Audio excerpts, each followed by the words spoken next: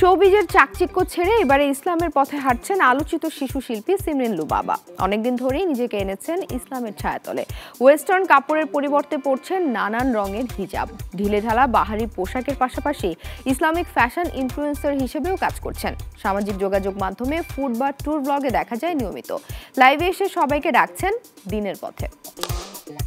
অনেকদিন ধরেই নানা আলোচিত কাণ্ডে সংবাদের শিরোনাম ছিল সিমরিন লুবাবা। নেটিজেনদের কাছে পরিণত হয় হাসির খোরাকে। কেউ বলতো ইচড়ে পাকা, কেউ বলতো বেয়াদব, আবার তার হয়ে লড়াই করতেন সামাজিক যোগাযোগ মাধ্যমে। একবার কেন্দ্রে দিয়েছি বলায় সামাজিক যোগাযোগ মাধ্যমে বেশ ট্রোলের শিকার হন এই শিশু শিল্পী। গেল বছরের জুলাইয়ে বাংলাদেশের রাজধানী হিসেবে পাবনার নাম বলে সামাজিক যোগাযোগ মাধ্যমে হাস্যরসে পরিণত হন। তিনি তারপর ভাইরাল হন নিজেকে পাকিস্তানের জনপ্রিয় টেলিভিশন অভিনেত্রী হানিয়া আমিরের সঙ্গে তুলনা করে। সবার দৃষ্টি আকর্ষণ করতে ইচ্ছে করে ভুল করতেন সিমরিন লুবাবা, তৈরি করেন বিতর্ক।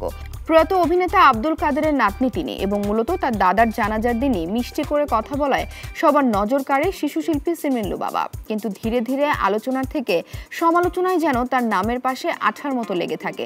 শুধু ট্রোল হয়ে শেষ নয়, রীতিমতো দেশের মানুষের কাছে পপুলার ডায়ালগে পরিণত হন লুবাবা।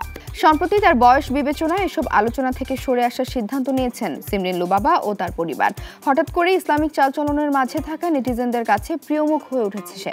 অনেকদিন ধরেই নিজেকে সে এনেছে ইসলামের ছায়াতলে। ওয়েস্টার্ন কাপড়ের পরিবর্তে পরছেন নানা রঙের হিজাব, বোরকা ও ঢিলেঢালা বাহারি পোশাক। এর পাশাপাশি ইসলামিক ফ্যাশন ইনফ্লুয়েন্সার হিসেবেও কাজ করছে সে। ফুড ব্লগিং, ট্যুর ব্লগিং করছে নিয়মিত। ভিডিও বার্তায় সবাইকে ডাকছেন দিনের পথে। সম্প্রতি অভিনেত্রী দিলারা জামানের হাত থেকে আলোকিত নারী পুরস্কার পেয়েছে লুবাবা।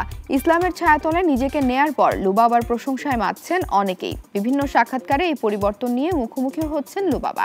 এর আগে এক সাক্ষাৎকারে অনুরাগীদের পরকালের কথা শোনায় সে, সঙ্গে সর্বদা ইসলামের পথকে অনুসরণ করার আহ্বান জানায়।